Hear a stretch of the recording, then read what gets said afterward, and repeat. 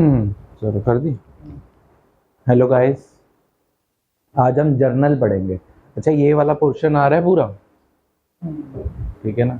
ठीक है, आज हम जर्नल पढ़ेंगे। जर्नल मैंने तुम्हें पॉम्फलेट्स भी वैसे बंटवाए थे, ठीक है। 11th क्लास के लिए अकाउंट्स जो है वो 3 महीने के लिए वैसे फ्री है, वैसे मैं पूरी फ्री कर दूंगा। और किसी ने अगर पढ़ना है तो 1500 का पैकेज है, अकाउंट्स, बिजनेस स्टडी और इकोनॉमिक्स, ठीक है। और 12th क्लास के लिए मैंने अभी देखो पेपर आने वाले हैं, कई बच्चों को मुश्किल हो रही होगी 12th क्लास में, क्या अकाउंट समझ नहीं आ रहा होगा, नंबर कम आ रहे होंगे, तो 5000 में फुल कोर्स 3 महीने में पूरा अकाउंट्स करा दूंगा। 100 में से 100 स्कोर करने के लिए, मतलब मैं तो 100% कराऊंगा, फिर तुम्हारी कैपेबिलिटी है, वैसे 90 100 भी आ सकते हैं, ठीक है। और मिनिमम कुछ बच्चे चाहिए उसके लिए, ये नहीं कि 1-2 बच्चे आ गए तो मैं चालू कर दूंगा, 8-10 बच्चे चाहिए तब मैं स्टार्ट करूंगा 12th का। तो बेस्ट है कि तुम अपने फ्रेंड्स को बताओ कि 12th का, और 1-2 ट्रायल लेना होगा तो वो भी दे दूंगा, ठीक है। अभी हमारा 11 का ना जर्नल चैप्टर चल रहा है। अब जर्नल में क्या है, ठीक है, जर्नल क्या होता है, तुम्हें अभी पिछले चैप्टर में हमने अकाउंटिंग इक्वेशन के बारे में पढ़ रहे थे। अकाउंटिंग इक्वेशन क्या थी? कुछ नहीं था, शॉर्ट वर्जन था बैलेंस शीट का। बैलेंस शीट में एक साइड लायबिलिटी होती है और एक साइड कौन सी होती है? एसेट साइड होती है, ठीक है।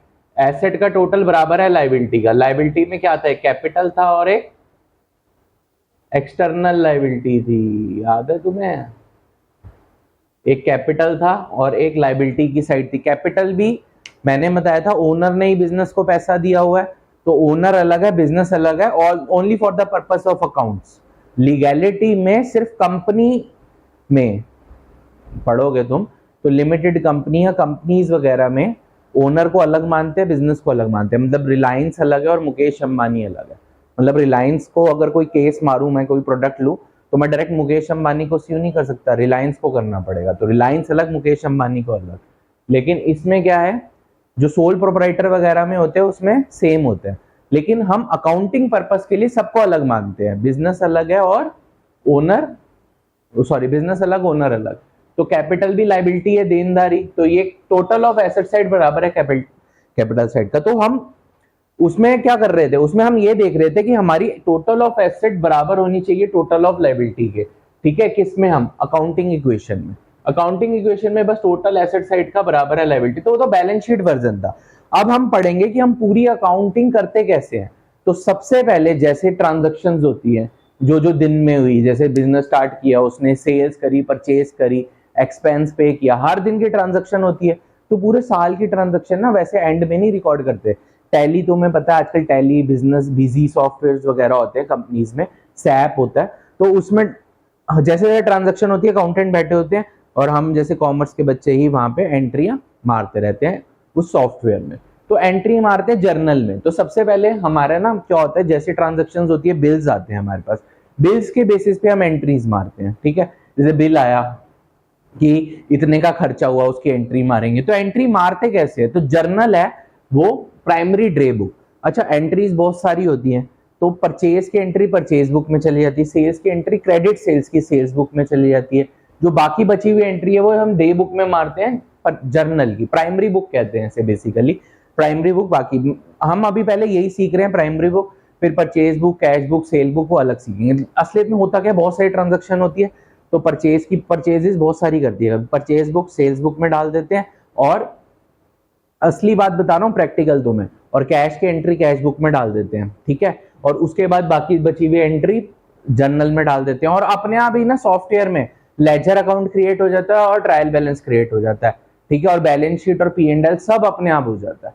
तुम्हें बस क्या करना होता है, एंट्री डालनी होती है। लेकिन अब तुम्हें जैसे ये अकाउंट्स हम पढ़ा रहे हैं, इसमें सब कुछ सिखाएंगे। पहले तुम्हें जर्नल सिखा रहे हैं, फिर बुक सिखाएंगे, फिर लेजर, इसी के साथ में आज तो तुम्हें सिर्फ जर्नल रिकॉर्ड करना बताऊंगा, इसके बाद तुम्हें लेजर पढ़ाया जाएगा, ठीक है। लेजर में क्या होएगा, लेजर से फिर ट्रायल बैलेंस मैच हो जाएगा, और उससे फिर P&L, ठीक है। होता क्या है, सिंक्रोनाइजेशन देख लो। सबसे पहले ट्रांजैक्शंस होती हैं, ठीक है, मतलब लेन देन होते हैं, उसको फिर रिकॉर्ड करा जाता है। रिकॉर्ड किस में किया जाता है? देखो, बुक्स में किया जाता है। कौन कौन सी बुक्स में? असलियत में जो होता है वो बता रहा हूं, कौन कौन सी बुक में? परचेज बुक, ठीक है, सेल्स बुक, ठीक है, कैश बुक। और बाकी की बची हुई ट्रांजैक्शन कहाँ रिकॉर्ड करी जाती है? जर्नल में। ठीक है, फिर इन्हीं सबसे लेजर बनता है। अब तुम्हें जर्नल एंड लेजर चैप्टर है, ठीक है। लेजर से क्या बनाते हो तुम? ट्रायल बैलेंस, टीबी लिख रहा हूं मैं। और उससे फिर बनाते हो प्रॉफिट एंड लॉस अकाउंट, जिससे हम प्रॉफिट निकालते, trading P and L account कहते हैं उसे, ठीक है। और फिर बैलेंस शीट, और बैलेंस शीट अगर मैच हो जाए तो वही। अब हमने अकाउंटिंग इक्वेशन जो पढ़ी वो बैलेंस शीट से हिसाब से पढ़ी कि बैलेंस शीट सेम रहनी चाहिए, पी एंड एल वगैरह बनाया नहीं था, हर चीज कैपिटल थ्रू कर रहे थे। लेकिन असलियत में ये पूरा प्रोसेस फॉलो होएगा। अभी हम बुक्स नहीं पढ़ रहे, अभी हम सीधा जर्नल पढ़ रहे हैं। देखो हमारे पास चॉइस होती है, या तो परचेज बुक में एंट्री डाल दे, ये जर्नल बना है। असलियत में मैंने तुम्हें बताया परचेज की एंट्री लाखों होती है, रिलायंस जैसी कंपनी में, टाटा जैसी कंपनी में सेल्स की एंट्री लाखों होती है, तो सबकी जर्नल थोड़ी डालते रहेंगे, तो हम बुक्स में डाल देते हैं। और उससे अपने आप उनके सॉफ्टवेयर होते हैं आजकल, और सॉफ्टवेयर से अपने आप वो क्या हो जाता है, सॉफ्टवेयर से अपने आप ही सब बन जाता है। उन्हें बस एंट्रियां डालनी है, परचेज बुक जिसमें ledger, trial balance, P and L सब अपने आप बन जाता है। देखा? तो तुम सोच रहे हो हमें पढ़ाया क्यों जा रहा है? ये दिमाग में आ सकती है बात जब सॉफ्टवेयर, हमें ना वर्किंग ऑफ सॉफ्टवेयर भी पता होनी चाहिए। कई बार सॉफ्टवेयर भी ना गलत कैलकुलेट कर जाता है। आजकल आर्टिफिशियल इंटेलिजेंस का जमाना है, ठीक है, तो सॉफ्टवेयर भी कई बार गलत कैलकुलेट कर देते हैं, तो हमें उसके ऊपर भी चेक ऑन रखना होता है। तो हमें सारी चीजें पढ़नी है, क्या करना है। तो अब जो ट्रांजेक्शन लेन देन होगी उसको मैं जर्नल में रिकॉर्ड करूंगा। अच्छा, तो जर्नल हम पढ़ रहे हैं, तो जर्नल क्या है? एक तरह की प्राइमरी बुक है जिसमें हम ट्रांजैक्शंस को रिकॉर्ड करते हैं। और रिकॉर्ड करने का एक तरीका है, जैसे अभी मैं लिख दूं Dinesh started business with cash, ये तो इंग्लिश में लिख रहा हूं, बोरोड फ्रॉम नरेश। अब मैं इसको एक फॉर्म में लिखूंगा, एक सिस्टमेटिक मैनर में लिखूंगा, जिससे मुझे ये पढ़ने के बगैर ही वैसे ही पता चल जाएगा कि जैसे मैंने जर्नल पास कर दी कि ये हुआ क्या था। इंग्लिश देखो अगर मैं सारी लिखता रहूंगा तो बहुत बड़ी हो जाएगी, तो एक ना सिस्टम बनाया गया है ये, ठीक है। Accounting is the art of recording, summarising, classification, है ना, ये पढ़ा है ना।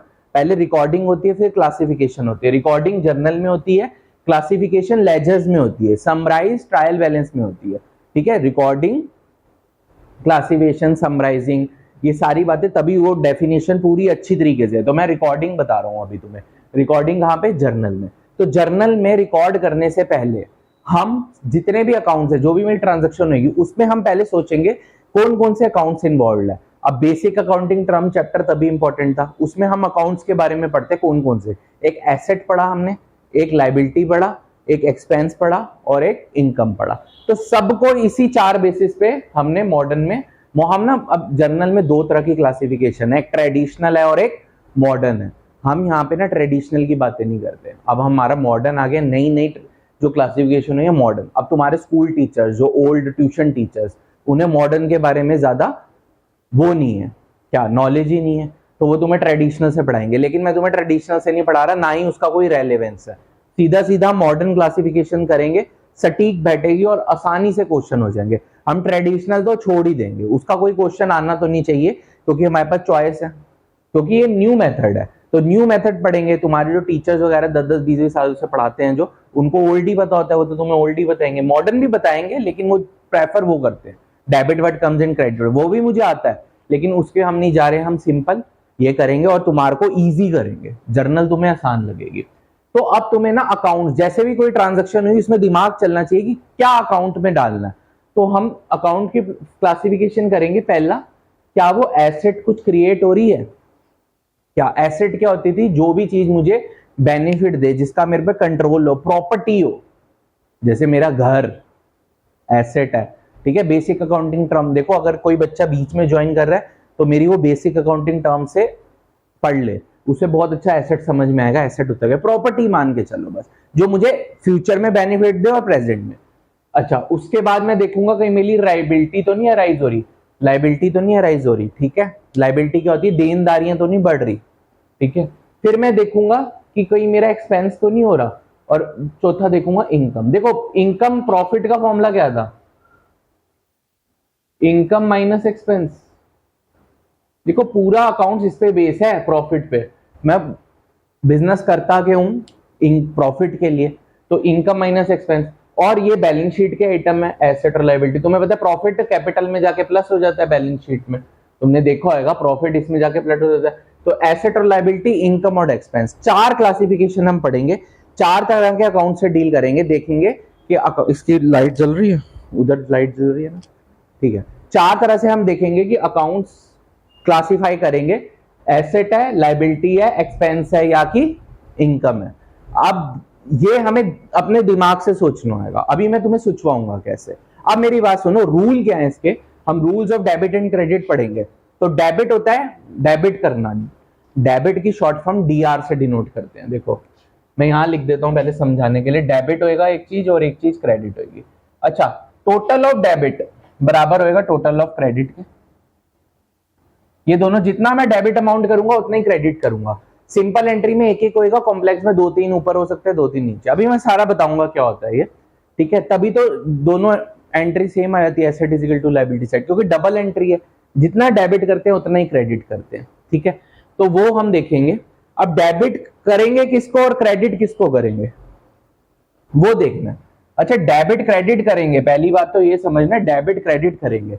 डेबिट की शॉर्ट फॉर्म क्या लिखेंगे? अब बच्चे सोच रहे हैं डेबिट क्रेडिट है क्या भला, अभी कुछ नहीं है, सिस्टम है रिकॉर्ड करने का। देखो डेबिट ऊपर लिखते हैं, क्रेडिट नीचे लिखते हैं, तो क्रेडिट डेबिट होता क्या है वो देखेंगे। डेबिट की जो शॉर्ट फॉर्म है वो डीआर होती है। अब कोई बच्चा बोलेगा नाम डेबिट है, क्रेडिट उसमें तो आर तो आ ही नहीं रहा, डेबिट और क्रेडिट, ठीक है। डेबिट की शॉर्ट फॉर्म डीआर और क्रेडिट की सीआर। कोई बच्चा बोलेगा डेबिट में आर तो आ ही नहीं रहा, तो आप सर आर क्यों लिख रहे हो? ये शब्द डेबर शब्द से निकला हुआ है, लैटिन वगैरह वर्ड होएगा, उसका मीनिंग आना लेना देना होता है, तो ये लेना देने के हिसाब से ये काम। तो ठीक है, इतनी डिटेल में हमने क्या करना है, मैंने तो तुम्हें वैसे ही थोड़ी नॉलेज के लिए बता दिया। तो डेबिट को डीआर लिखेंगे, क्रेडिट को सीआर। अब देखते हैं, अब मेरी बात सुनो, एसेट अगर, रूल्स याद रखने हैं बस हमें, एसेट अगर इंक्रीज हो रही है तो मैं उसे क्या करूंगा, डीआर मतलब डेबिट करूंगा, मतलब उसे डेबिट में लिखूंगा। अब लिखेंगे कैसे वो बताऊंगा अभी। और एसेट अगर डिक्रीज हो रही है तो उसको क्या करूंगा, सीआर मतलब क्रेडिट करूंगा। तो ये रूल याद रखना, जब भी एसेट इंक्रीज होगी तो पकड़ के मैं प्लांट एंड मशीनरी, जैसे मैंने परचेज करी है कैश में, तो प्लांट एंड मशीनरी मेरी एसेट इंक्रीज हो रही है तो मैं उसे डेबिट कर दूंगा, और कैश मेरा जा रहा है, एसेट मेरी कम हो रही है तो मैं क्रेडिट कर दूंगा। एग्जाम्पल समझ में आया? वैसे ही देखो लायबिलिटी, अच्छा कैपिटल भी मैंने तुम्हें बताया था अकाउंटिंग इक्वेशन में, लायबिलिटी, कैपिटल भी लायबिलिटी होती है, इंटरनल लायबिलिटी होती है और एक्सटर्नल लायबिलिटी। तो लायबिलिटी और कैपिटल के लिए सेम रूल, जब भी कैपिटल या लायबिलिटी बढ़ेगी, देनदारियां बढ़ेगी तो क्रेडिट करूंगा मैं, मतलब इंक्रीज होगी तो क्रेडिट करूंगा, लायबिलिटी और कैपिटल डिक्रीज होगी तो डेबिट करूंगा। यहां पे उल्टा है, एसेट इंक्रीज में डेबिट, डिक्रीज में क्रेडिट, लायबिलिटी इंक्रीज में क्रेडिट, डिक्रीज में डेबिट। और देखो एसेट से रिलेटेड अकाउंट है एक्सपेंस, एक्सपेंस और एसेट रिलेटेड है। देखो एक्सपेंस जब ज्यादा होंगे, जब होंगे मतलब तो डेबिट, और कम तो होते ही नहीं, कम तो एक्सपेंस थोड़ी होता है, मतलब रिवर्स करने के लिए एक्सपेंस को मैं उसको क्रेडिट करूंगा, ठीक है। जब प्लस, जब होंगे इनकर तो डेबिट, और जब रिवर्स हटाना है उस एक्सपेंस को तो मैं क्रेडिट कर दूंगा। वैसे इनकम और देखो एक्सपेंस और इसका, देखो ये दोनों भाई भाई हैं, एसेट और एक्सपेंस, और लायबिलिटी और कैपिटल और इनकम भाई बहन, भाई भाई या बहन बहन है, ठीक है ना। जैसे लायबिलिटी इंक्रीज में क्रेडिट हो रही थी और डिक्रीज में डेबिट हो रही थी, वैसे ही इनकम इंक्रीज में क्रेडिट होगी और डिक्रीज में डेबिट होगी। जैसे मेरे को इंटरेस्ट मिला, इंटरेस्ट रिसीव कैश में 500 रुपए का मान लो, तो मैं क्या करूंगा, इंटरेस्ट है, कैश अकाउंट को डेबिट कर दूंगा क्योंकि मेरी एसेट बढ़ रही है, और इंटरेस्ट को क्रेडिट कर दूंगा क्योंकि मेरी इनकम बढ़ रही है। इनकम इंटरेस्ट होती है ना। अब मेरे को देखना पड़ेगा उस हिसाब से कि मेरी इनकम है, एसेट है, एक्सपेंस है या लायबिलिटी है। तो हमें चार तरह की चीजें देखनी है ट्रांजैक्शन में, ये देखना है। जैसे अकाउंटिंग इक्वेशन में भी तुम्हें याद हो तो तुम asset is equal to liability plus capital लिखते थे, तो एसेट में तुम अलग अलग अकाउंट निकालते थे ना, कैश में डाल रहे थे, फर्नीचर में डाल रहे थे, तो अब इसमें भी एक एक अकाउंट उठाना पड़ेगा कि कौन कौन से अकाउंट इन्वॉल्व है, और वो देखेंगे, उसकी चार तरह से क्लासिफिकेशन करेंगे। एसेट है, लायबिलिटी है, एक्सपेंस है या इनकम है। अगर एसेट है तो डेबिट, अगर वो इंक्रीज हो रही है तो डेबिट करेंगे, डिक्रीज हो रही है तो क्रेडिट करेंगे, ठीक है। अगर लायबिलिटी है, अगर वो इंक्रीज हो रही है तो क्रेडिट करेंगे, डिक्रीज हो रही है तो डेबिट करेंगे। अगर एक्सपेंस है तो एसेट की तरह इंक्रीज हो रही है तो डेबिट, और एक्सपेंस अगर हम खत्म कर रहे हैं तो क्रेडिट, वो मैं बताऊंगा अभी कैसे खत्म होता है। इनकम में भी इंक्रीज हो रही है तो क्रेडिट, और अगर हम खत्म कर रहे हैं इनकम को तो डेबिट। तो ये बात समझ में आई। तो अच्छा, अकाउंटिंग इक्वेशन को तो हम छोड़ देते हैं अभी, तो हम इस पे आते हैं दोबारा से।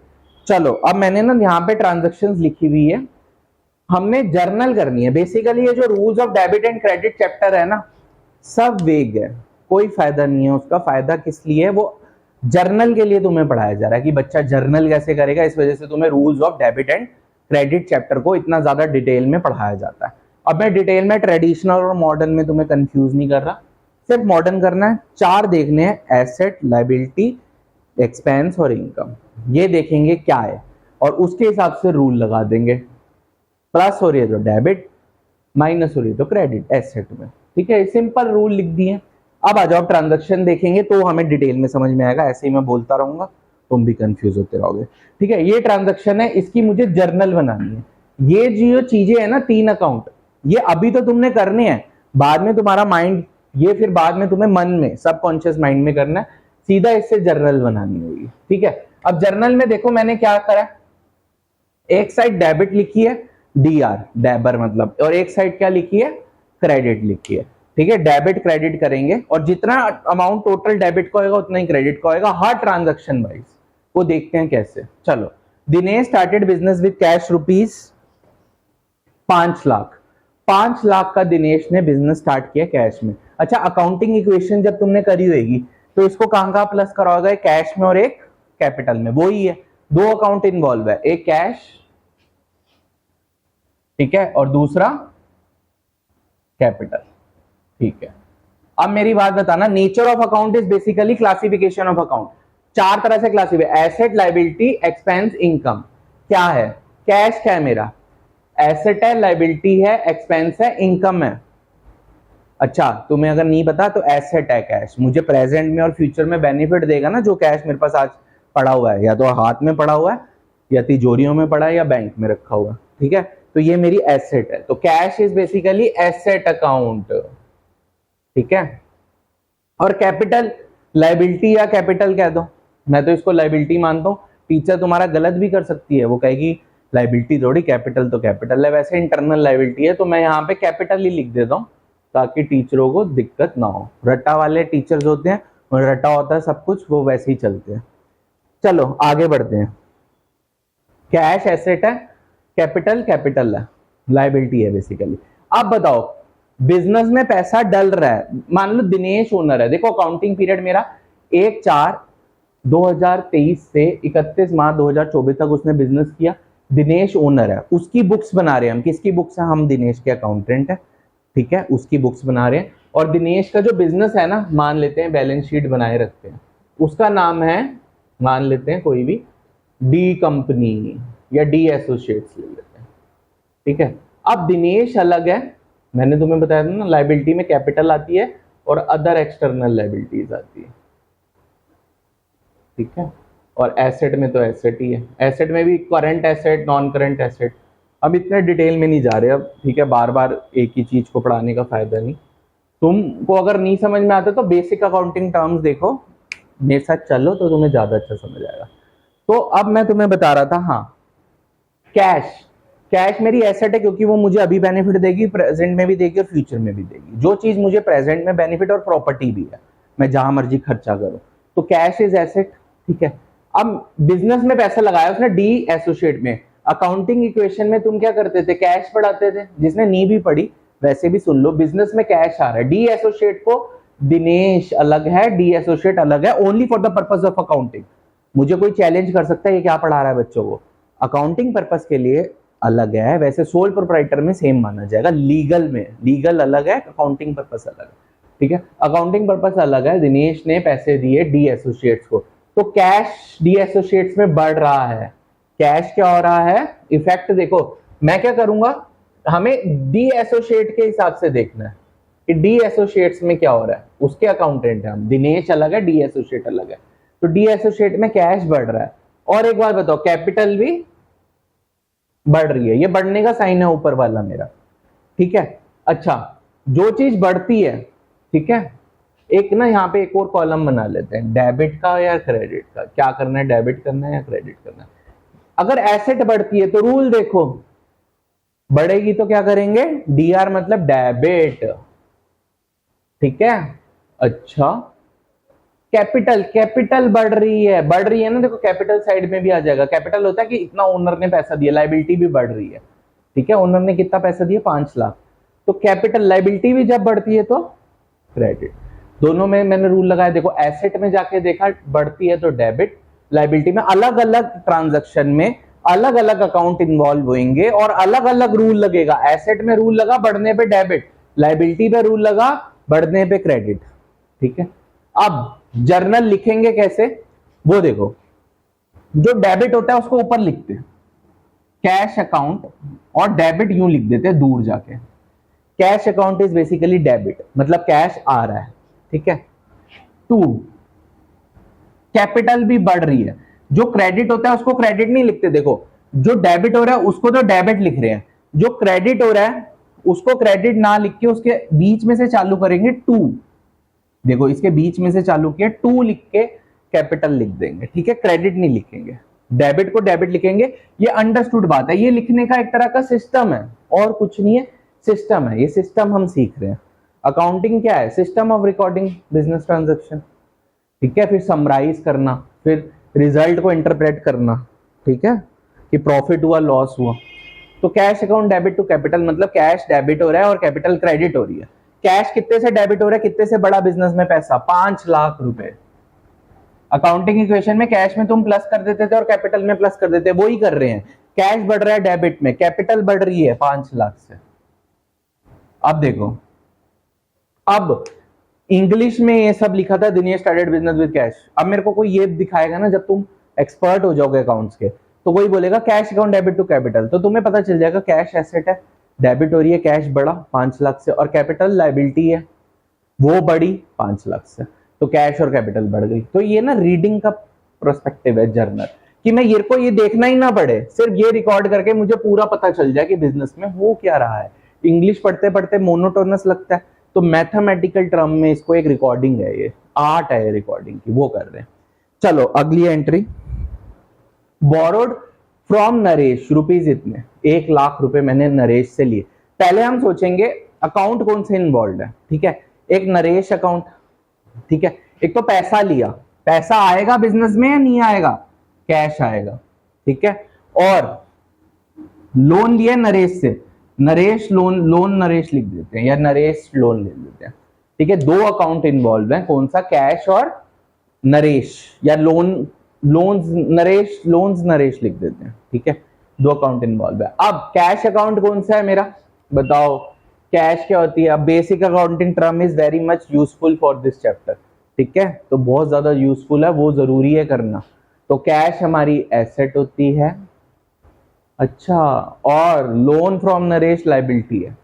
एक बार बताओ लाइबिलिटी क्या होती है, हिंदी में बताया था मैंने, देनदारियां, मुझे पैसा वापस देना है, किसको देना है, नरेश को, तो नरेश। लाइबिलिटी हिंदी में समझ लो, लाइबिलिटी होती है देनदारी, अगर किसी को समझ ना आता हो अपने ट्यूटरों से। और एसेट होती है प्रॉपर्टी, पूंजी, पूंजी नहीं, प्रॉपर्टी को क्या कहते हैं हिंदी में, पूंजी तो कैपिटल को भी कहते हैं, संपत्ति, हाँ संपत्ति, हिंदी में संपत्ति कहते हैं ना। तो देनदारी बड़ी नरेश से, मतलब देनदारी मतलब नरेश को पैसे अभी तो ले लिए, मजे ले लिए, बाद में उसे पैसे देने हैं, तो लाइबिलिटी है। और पैसा आया, वो तो खुश हुआ मैं, एसेट बढ़ी। अब देखो एसेट बढ़ी और नरेश से लाइबिलिटी भी बढ़ी, पैसा देनदारी मेरी बढ़ गई नरेश के प्रति, अब उसे 1 लाख देना है। अब बताओ एसेट पे आ जाओ, एसेट का रूल, जब बढ़ती है प्लस होती है तो क्या करते हैं, उसे बढ़ने का मतलब प्लस, घटने का मतलब माइनस, ये तो इतना तो पता ही होगा। जब बढ़ रही है तो क्या करेंगे, डेबिट, और लाइबिलिटी जब बढ़ रही है तो क्रेडिट। अच्छा लाइबिलिटी है लोन नरेश, हाँ भाई हाँ, क्यों, क्योंकि ये मेरा देनदारी है, क्रेडिटर टाइप हो गया ना। तो एंट्री क्या करेंगे, अच्छा कैश अकाउंट, फिर दोबारा से डेबिट, जो बंदा डेबिट करते हैं उसको यूं लिख देते हैं। क्रेडिट पे क्रेडिट नहीं लिखते, 2 करके लिखते हैं, नरेश लोन लिख देते हैं, किसी को बुरा ना लगे, ठीक है।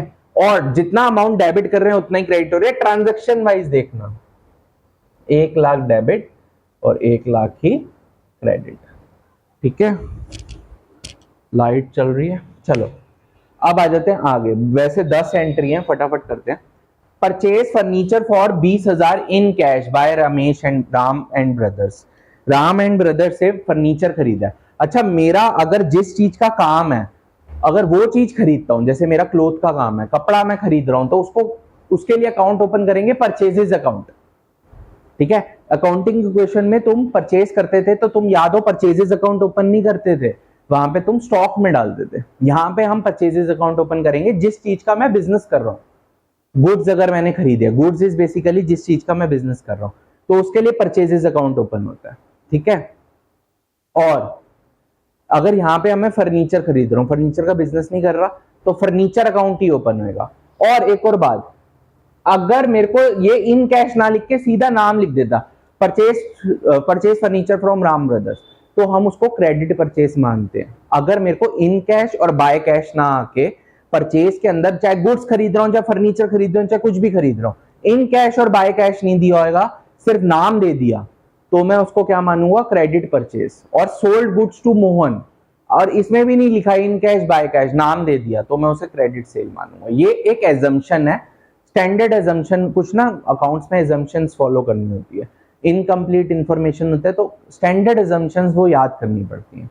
ठीक है, तो यहां पे तो इन कैश दे दिया ना इसने, फर्नीचर आ रहा है और कैश में आ रहा है, तो बताओ दो अकाउंट इन्वॉल्व है। एक एसेट है, फर्नीचर आ रहा है मेरा, जैसे अकाउंटिंग इक्वेशन में करते थे, प्लस वो अकाउंट इन्वॉल्व करके वही, और एक मेरा कैश जा रहा है। ठीक है, अब बताओ, अच्छा किसी को दिक्कत हुई होगी अकाउंट नहीं लिखे?